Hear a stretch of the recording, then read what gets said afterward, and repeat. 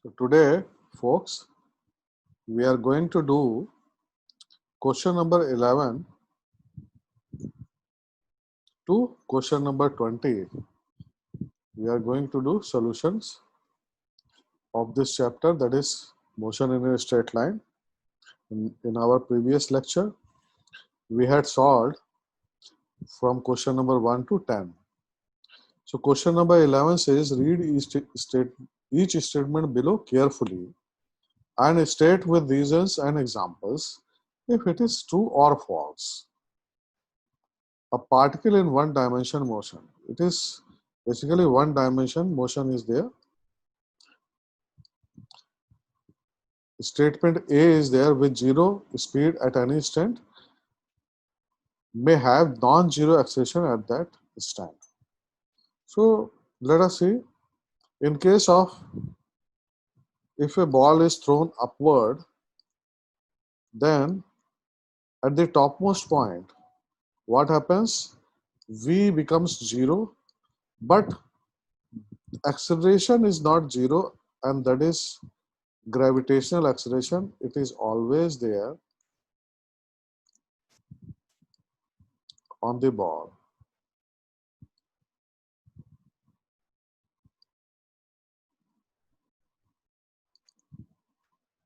Correct? So it can have non-zero acceleration. That means this statement is true. Statement B is with zero speed may have non-zero velocity. Non-zero velocity means it has got some magnitude. But suppose the speed, which is a scalar quantity and which has magnitude only, and if that is zero, then of course velocity cannot have the non-zero magnitude or non-zero velocity. So this is false. This is quite understandable. With constant speed must have zero acceleration. Now constant speed is there. That means it will have constant velocity also. And when the constant velocity is there, then acceleration will be zero. That you know, because A is nothing but dv upon dt. That means this is true. With positive value of acceleration must be speeding up. If the acceleration is positive, then it will speed up always, may not be possible, may not happen always, because when the ball is thrown up,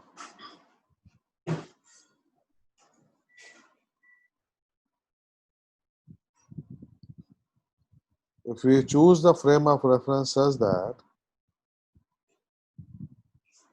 V is going up, but it is decreasing.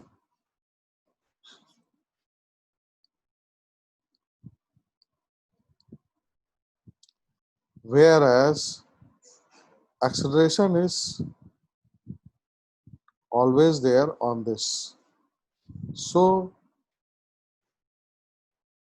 it may happen that in positive, acceleration may be positive, but it may not be speeding up. It may be decreasing also.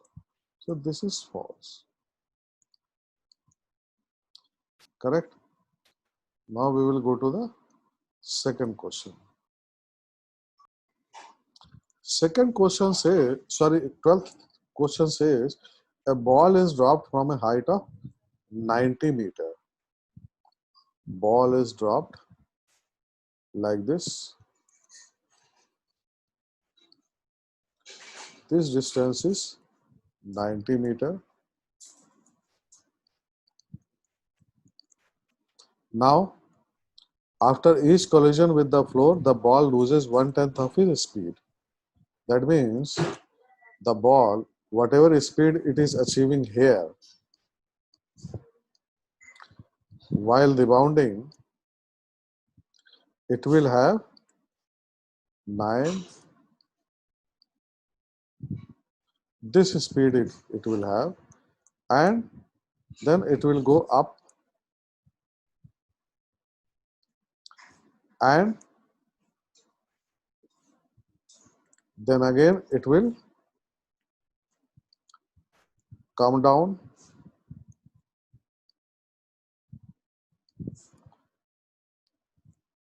and whatever speed, of course this is the same speed, it will come down, but while rebounding it will be, this speed will be reduced by 1/10,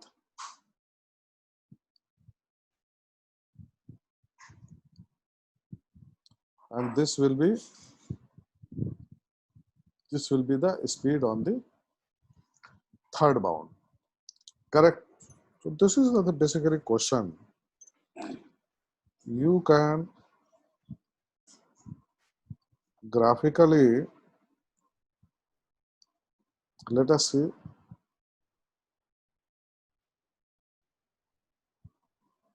ball is moving up,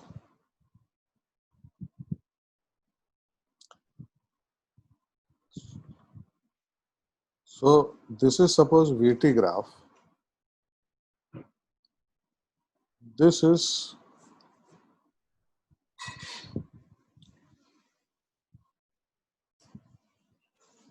suppose this is the velocity it is achieving when it is on the, when it drops on the floor. Now this velocity is decreased. That very second when it rebounds, this becomes 9/10V, and then it reaches the uppermost point. Correct? Then again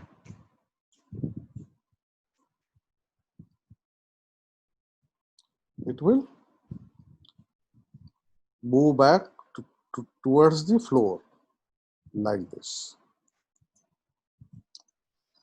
So this is how this graph will look like. Let us see what are the values basically. If it is falling from 90 meter, how much time it will take? Your V0 is 0 and H is basically 90 meter. So this 9 H is equal to V0T plus half GT square. From here you can find out T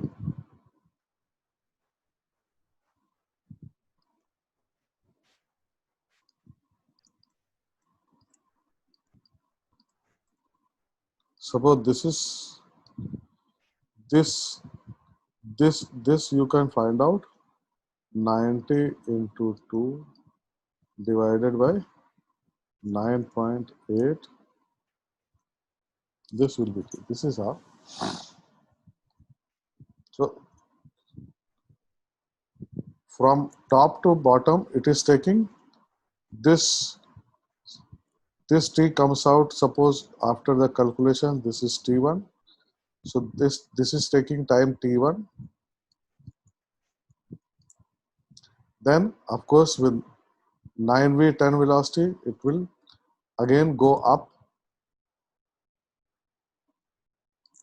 Velocity is also, it can be found out after 90 meters. That is basically V square is equal to U square plus, here it will be basically 2G h. So v will be nothing but y when it strikes the floor, v will be nothing but root 2 ch. So here we can find out v.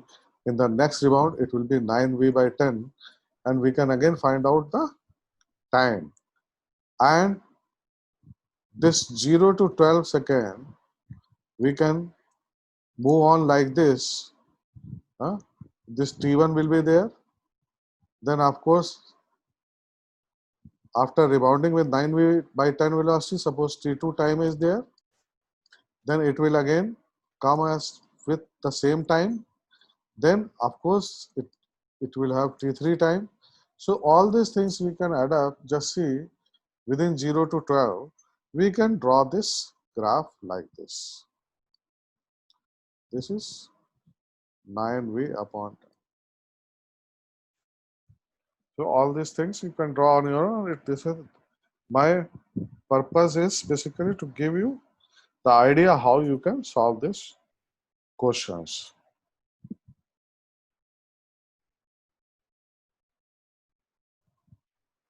Now let us see what is this question number 13 says. Explain clearly with examples the distinction between magnitude of displacement, sometimes called distance, over an interval of time, and total length of path covered by a particle over the same interval. So suppose a person from O position, it goes to P, and then it goes to Q, or you can take this example.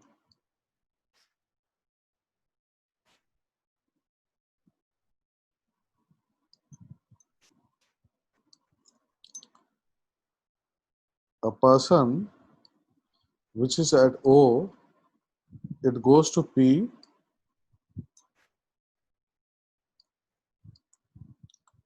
and then it moves back to Q. Correct? So what will be the displacement, or what will be the total time? Suppose it takes T1 here and it takes T2 here. The total time is T1 plus T2. Now, what will be the displacement?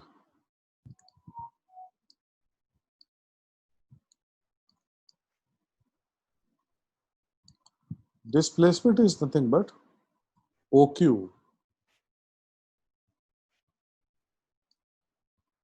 This is the displacement,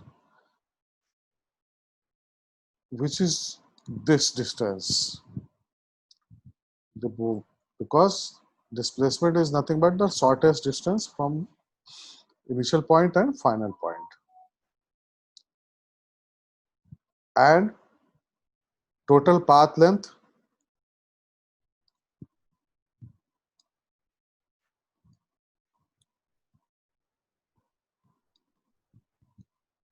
will be nothing but OP plus PQ.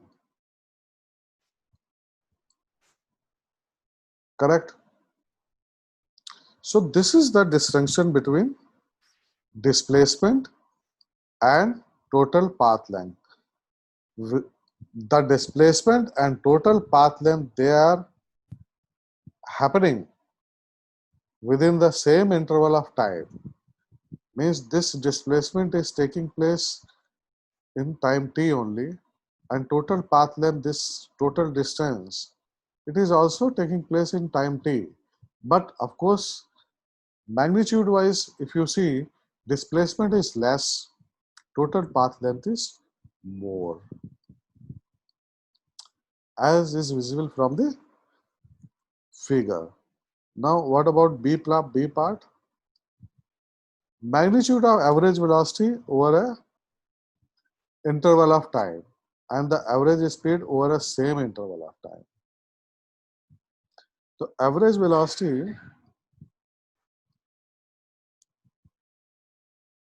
will be nothing but displacement upon time.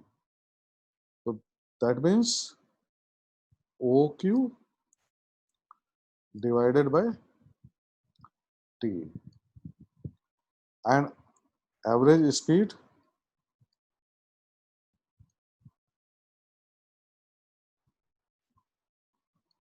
is nothing but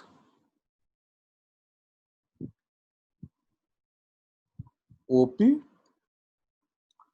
plus PQ, that is total distance, upon total time. So here again, this average velocity is, magnitude of average velocity is less, and magnitude of average speed, it is more.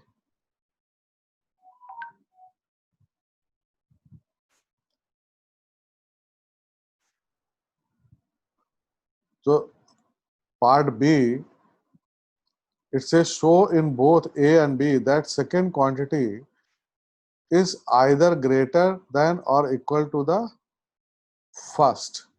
So second quantity here, in this case also, this is greater.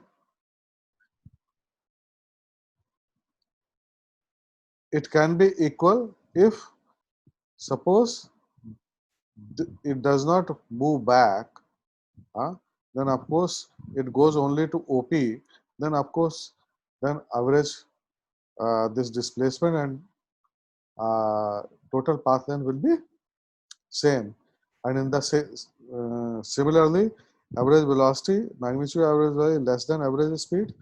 And in case if we consider the motion between O and P only, of course it will be, the magnitude will be same. Correct? So this distinguishes between these two things and it clarifies about displacement as well as about average velocity and average speed.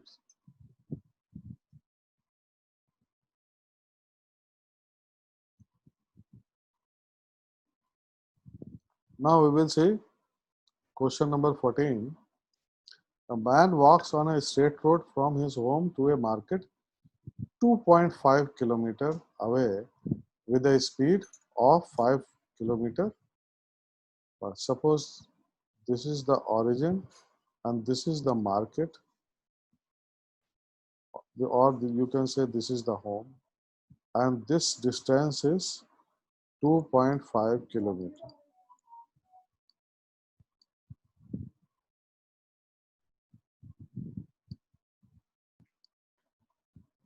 Correct? Now, when he goes with a speed of 5 kilometer per hour. Correct? So, how much time he will take from S to M?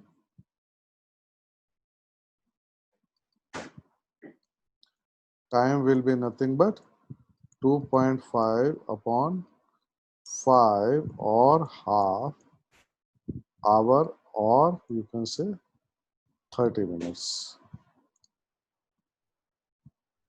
Correct?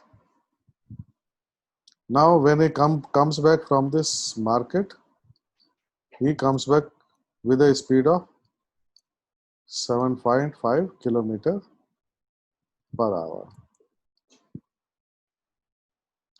So from market to home, what is T?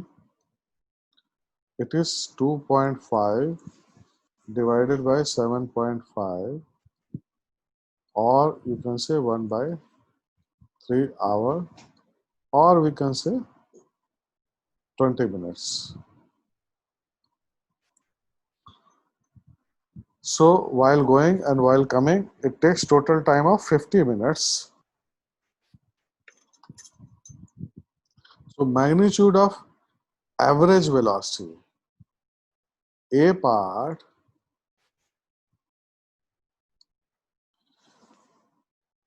he goes to market and comes back. Correct? So average velocity is basically distance, or sorry, displacement upon time. So here magnitude of average velocity will be 0.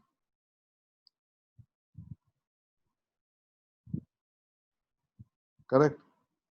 Now let us go to B part. Average speed of the man over an interval of 0 to 30. So 0 to 30, basically he is going from home to market. So 0 to 30, he is covering a distance of 2.5 kilometer in time half an hour. That means it will be nothing but 5 kilometer per hour. Here basically in this question, I think the question is asked, average velocity is also being asked. So we can find out, or we can take the intervals 0 to 30. In this interval, average average velocity will be nothing but 5 kilometer per hour, and average speed, this will also be 5 kilometer per hour, because in this case, while going from home to market, the distance or displacement, whatever it is same. Correct? Now 0 to 50 minute. 0 to 50 minute means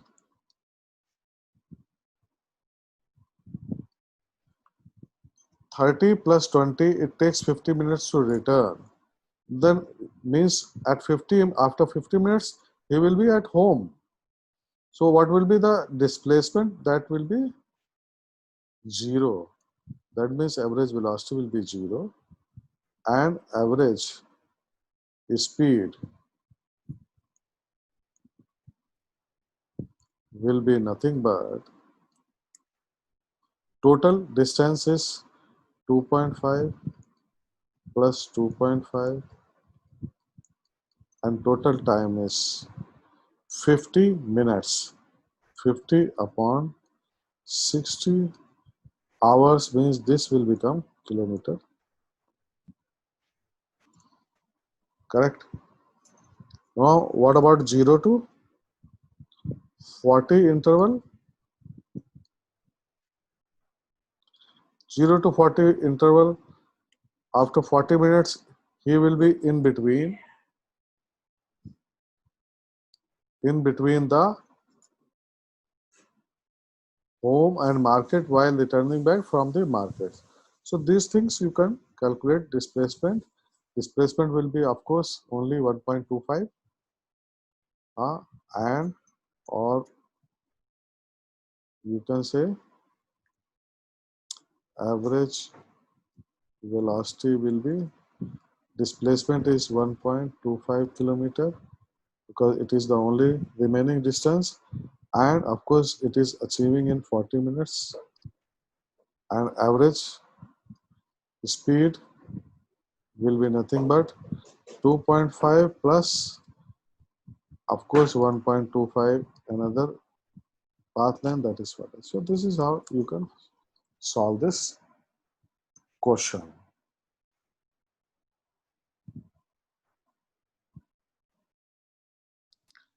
Now let us see this question number 16.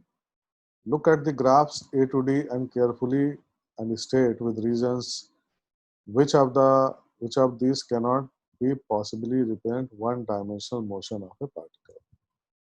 One-dimensional motion of a particle.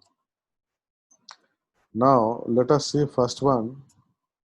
Here you are seeing this graph is there.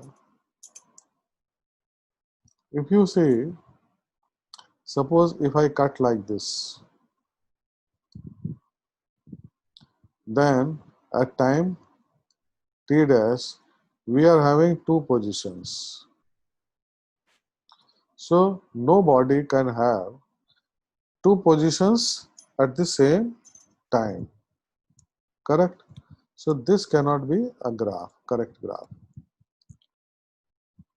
Here again, at the same time, body is having positive velocity also and negative velocity also. This is not possible. So from looking at it, you can say that these graphs are not okay. Here,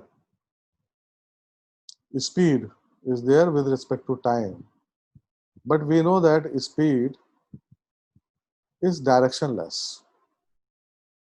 But in this case, speed is negative in this portion. We have in this portion speed is positive, and this cannot be possible. So this graph also cannot be. It has to be velocity time graph.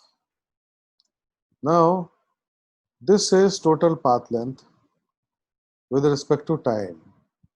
Total path length means path length always increases. Path length, this always increases.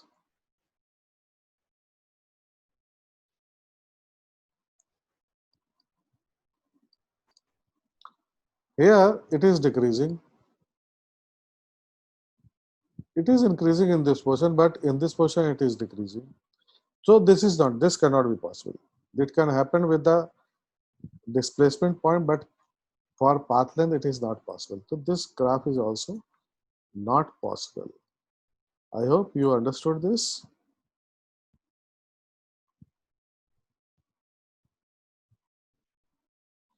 Now question number 17. Here's figure 3.21 shows the xt plot of one-dimensional motion. Is it correct to say from graph that particles moves in a straight line for t less than 0 and a parabolic path for t greater than?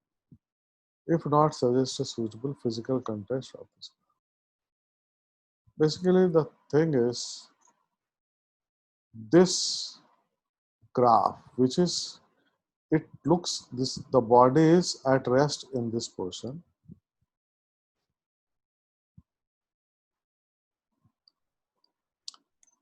and then suddenly it acquires a increasing motion. If you look closely, then this is basically if you have a free fall of an object, then your distance will vary. Suppose it is a free fall, then V0 is 0. That means what is remaining? Half gt square. This gives you the quadratic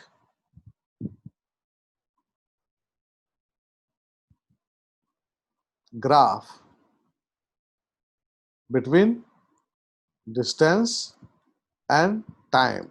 This is a basically equation of a parabola. Correct? Then for this portion, it looks okay. But the thing is, here it is resting. So you cannot hold any body in the air. It looks as if the body was resting for some time in the air and then it starts free falling motion. So this graph basically is not correct. This is not possible. Correct?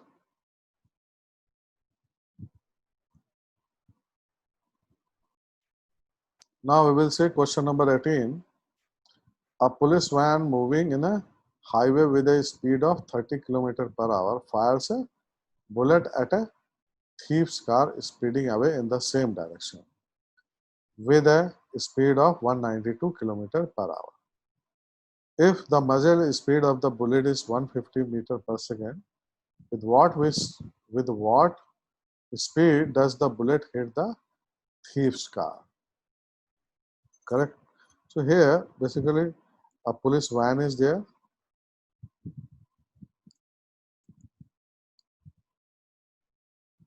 Thief's car is there.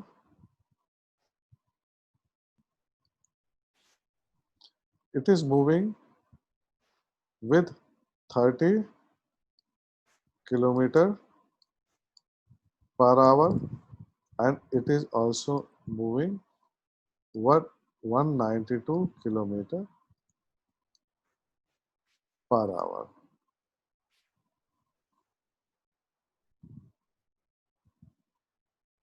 Correct. Now it is firing a bullet with 150 meter per second. This can be converted into kilometer per hour, and that will be nothing but 150 meter per second into 1 kilometer upon 1000 meter into second is 36 a second upon 1 hour, or you can say 150 into 18 by 5, or you can say 3 or this will be 540 kilometer. Correct. So this is the velocity of the bullet. This is the velocity of the police van, and this is the velocity of the thief's car. Now, of course, what will be the velocity of the bullet? Because this is the muzzle velocity, means it is the velocity with which it is leaving the pistol, but your car itself is going with 30. So naturally, your bullet's speed will be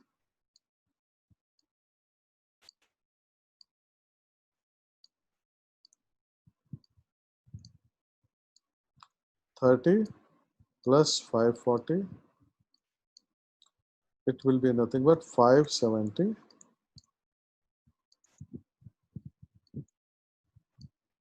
Correct.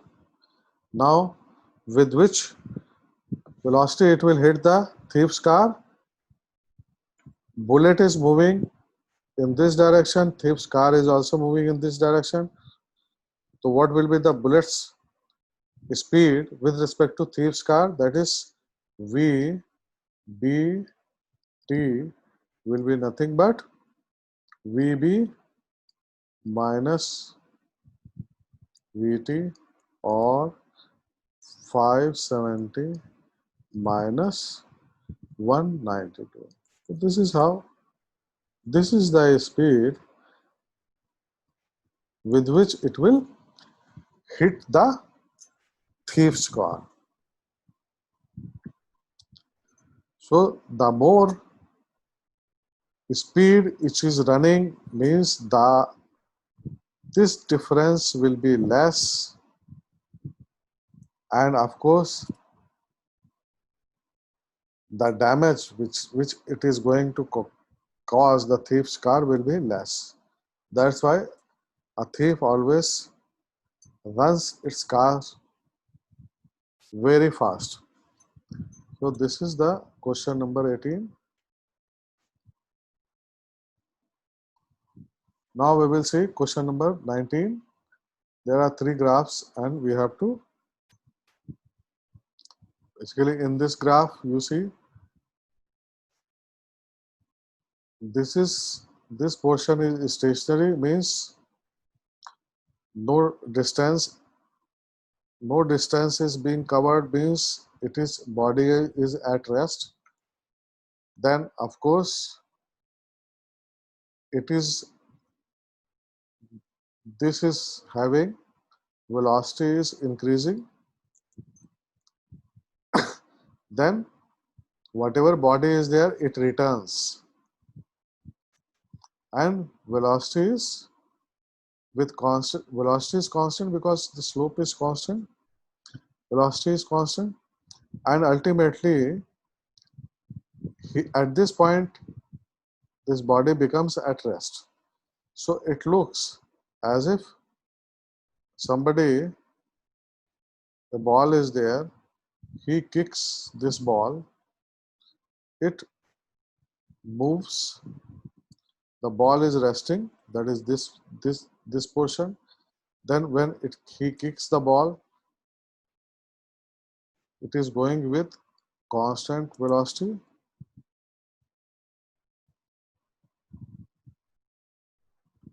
it hits, then it comes back with constant velocity, and of course it has gone down. That means it goes further, and here maybe another ball or any obstacle is there, this stops. So this is the movement of the ball. Here of course you see velocity is increasing,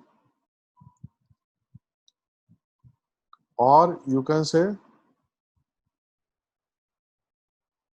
if you throw a ball up,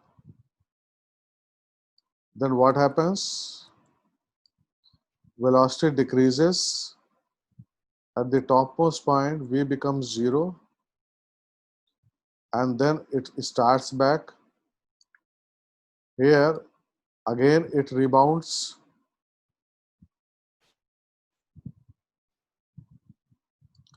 And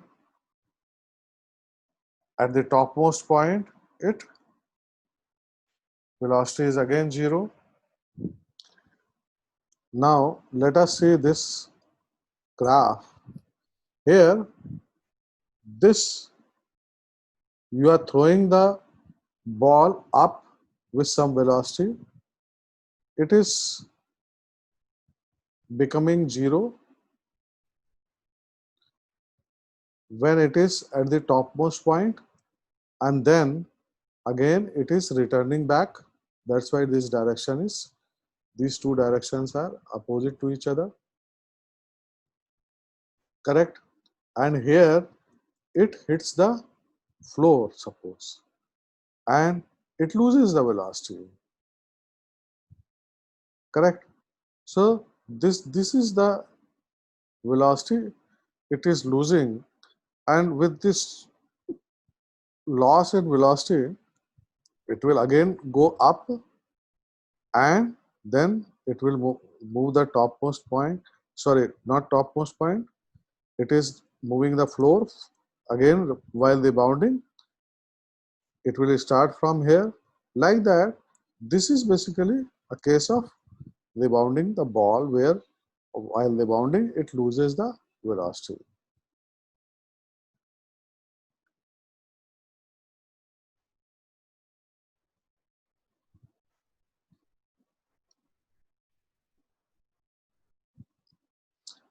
In this figure, if you see, this is acceleration versus time. Acceleration is 0, means the ball is moving with the constant velocity, but for a few time, For a very small duration, the velocity increases very rapidly and then it decreases also. So it is the basically impact like situation.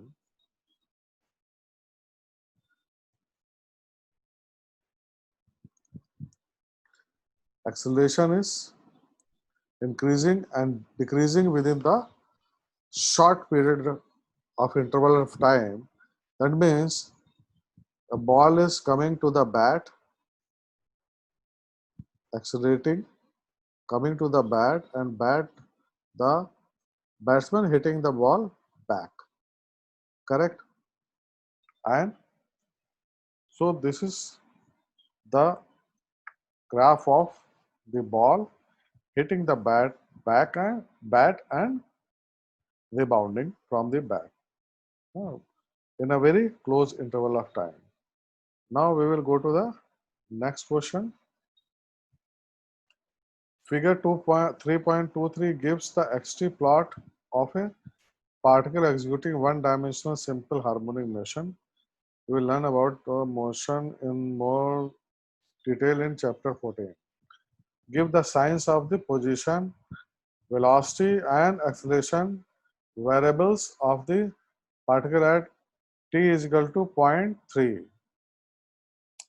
T is equal to 0.3 means it will be somewhere this point. This point. Correct? In this position, we have to find out. Position is of course negative.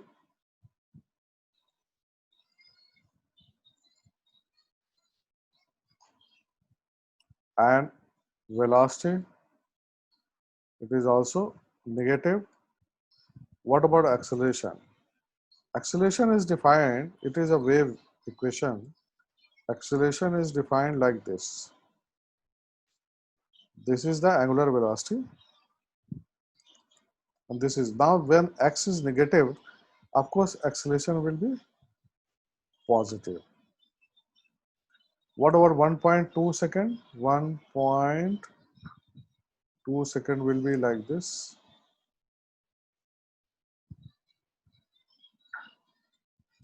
This is 0.3. Here again your x is positive, velocity it is also positive, and of course acceleration is negative because x is positive, so acceleration is negative. V is positive because slope is positive.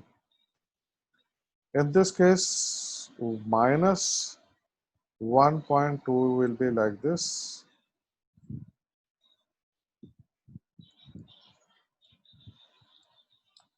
Here, what will be at minus 1/2? X is negative. What about V? V will be positive because the slope is positive. Because x is negative, t is negative, then v is x upon t. That means v will become positive. And a will also become positive because of this relation. If x is negative, then a will be positive. So this ends up your question number 20, and of course this video also. And today we solved question number 11 to 20. Tomorrow we are going to solve the remaining question of this chapter, and from day after tomorrow we will start the new chapter, that is motion in a plane. That is also very important. So if you like this video, please do subscribe this channel. Very soon and quickly we are going to complete the course on this. Thank you very much.